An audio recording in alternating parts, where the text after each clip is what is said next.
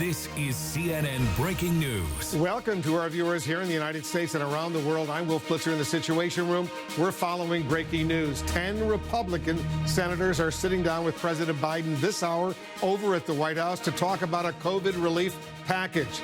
The president is seeking $1.9 trillion, while the senators have offered only about a third of that. We expect to hear from those lawmakers when the meeting ends.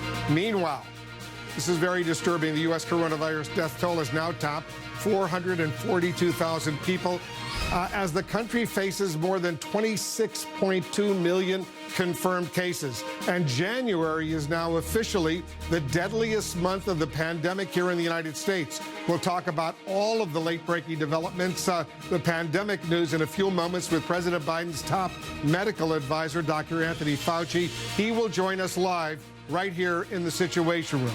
And there's more breaking news we're following. Sources are telling CNN that House impeachment managers plan to accuse former President Trump of intentionally inciting rioters with his months-long effort to try to subvert the will of the American voters.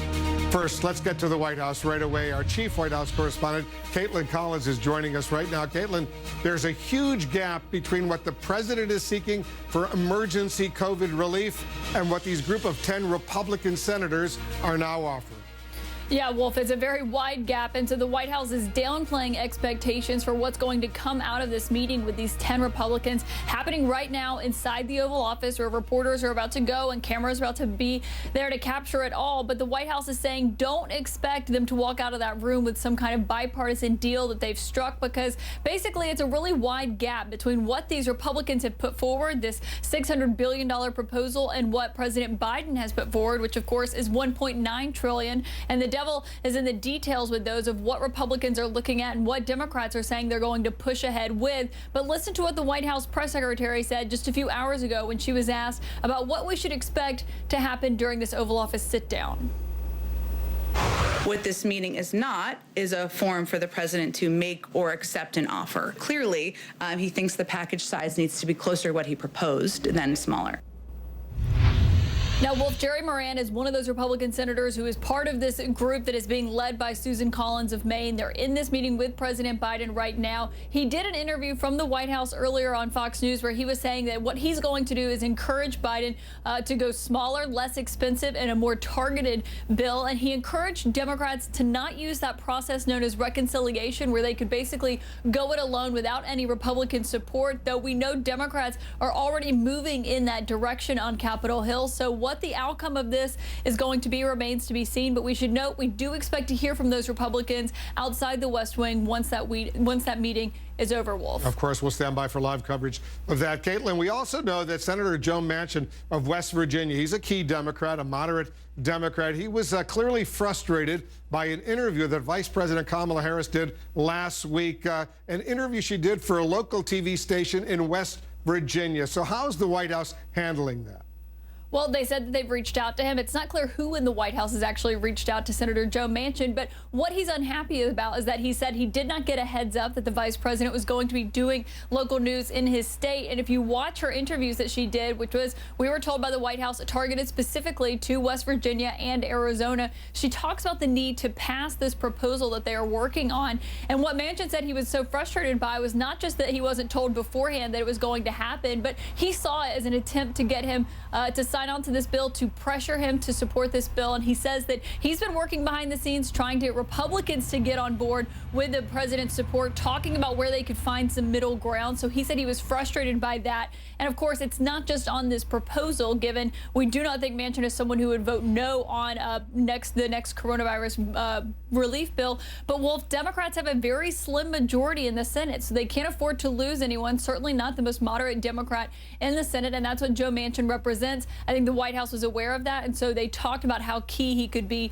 to President Biden's agenda earlier today during that briefing. They can't afford to lose even one Democrat. 50 Republicans, 50 Democrats. If they lose one, they lose. So clearly they need Joe Manchin. They need Kristen Sinema of Arizona as well, and that's why presumably the vice president was giving those interviews to local stations in Arizona and West Virginia. It was a little awkward to put it mildly. All right, we'll get back to you. I want to go to Capitol Hill right now. Our chief congressional correspondent, Manu Raju, is joining us right now. Manu, you're getting some new information, important information from your sources about next week's scheduled impeachment trial against the former president. Yeah, we're going to see the arguments actually begin to come out starting tomorrow when Democrats and the former president's defense team offer their first filings in this trial. The arguments happening next week. Democrats going to make the case that Trump intentionally tried to subvert the will of voters, riled up his supporters that led to the deadly Capitol riot on January 6th. The former president shaking up his legal team,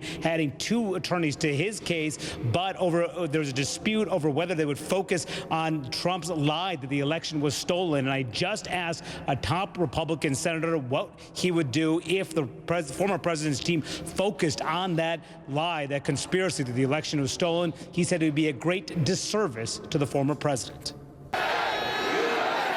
Tonight, House Democrats are preparing a case extensively detailing former President Donald Trump's actions ahead of last month's Capitol riot. Sources tell CNN that Democrats plan to argue in their first filings on Tuesday that Trump engaged in an intentional campaign to discredit the election, subvert the will of voters, and rile up his supporters, all culminating in his January 6th remarks to his rally-goers, who later ransacked the Capitol in a scene of horrific and deadly violence. Now it is up to Congress to confront this egregious assault on our democracy. And after this, we're going to walk down, and I'll be there with you. We're going to walk down. We're going to walk down anyone you want, but I think right here, we're going to walk down to the Capitol. After 5 of his attorneys abruptly stepped down on Saturday, in part because Trump wanted them to focus on his lies about the election being stolen, Trump announced 2 new lawyers, well known in legal circles and linked to controversial cases. David Schoen represented Trump's close friend Roger Stone, who was convicted on 7 felony charges last year before Trump commuted his sentence.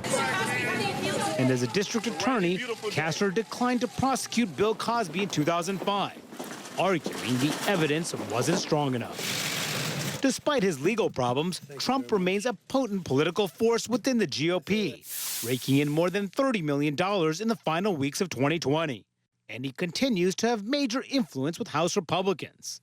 President Trump has held offering a show of support for controversial Congresswoman Marjorie Taylor Greene, a freshman under fire for previously espousing conspiracy theories like this one. The so-called plane that crashed into the Pentagon. It's odd, there's never any evidence shown for a plane in the Pentagon.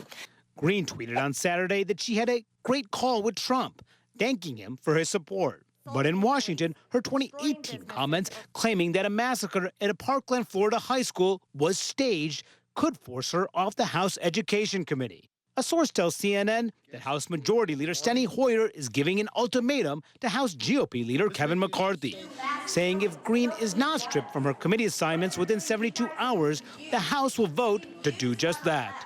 Today, Greene tried to walk back her past views. These are not red flag incidences.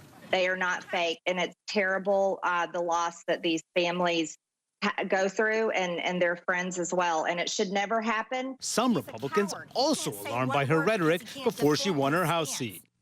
Well, I'm going to tell you right now, I'm not going to defend crazy. All this as the 10 Republicans who voted to impeach Trump facing a backlash from the right. Madam Speaker, South Carolina's Tom Rice censured this weekend by his state party. So the American people can see. And the number 3 Republican, Liz Cheney, expected to be at the center of a storm, preparing to defend her vote to impeach Trump when House Republicans meet behind closed doors on Wednesday. To lead us in that work. Also on Wednesday, Wolf, the House Rules Committee will begin consideration of a resolution that would strip Marjorie Taylor Greene of her 2 committee assignments on the House Education Committee as well as the House Budget Committee if House GOP leader Kevin McCarthy does not take action himself. Steny Hoyer, the number 2 Democrat in the House, has told him that he has 72 hours to act. McCarthy has not said what he would do, but a spokesman tells me tonight, Wolf, that he plans to have a one-on-one conversation with Greene when they return to Washington, and they'll see how that conversation goes. So, Mano, they don't want her on any committee. Is that right, the Democrats? That's right. And the House majority could take action, try to strip her from those positions. And, Wolf, the question will be what kind of precedent also could that set for future majorities going after other members of Congress? See what happens. All right, Manu, thanks very much.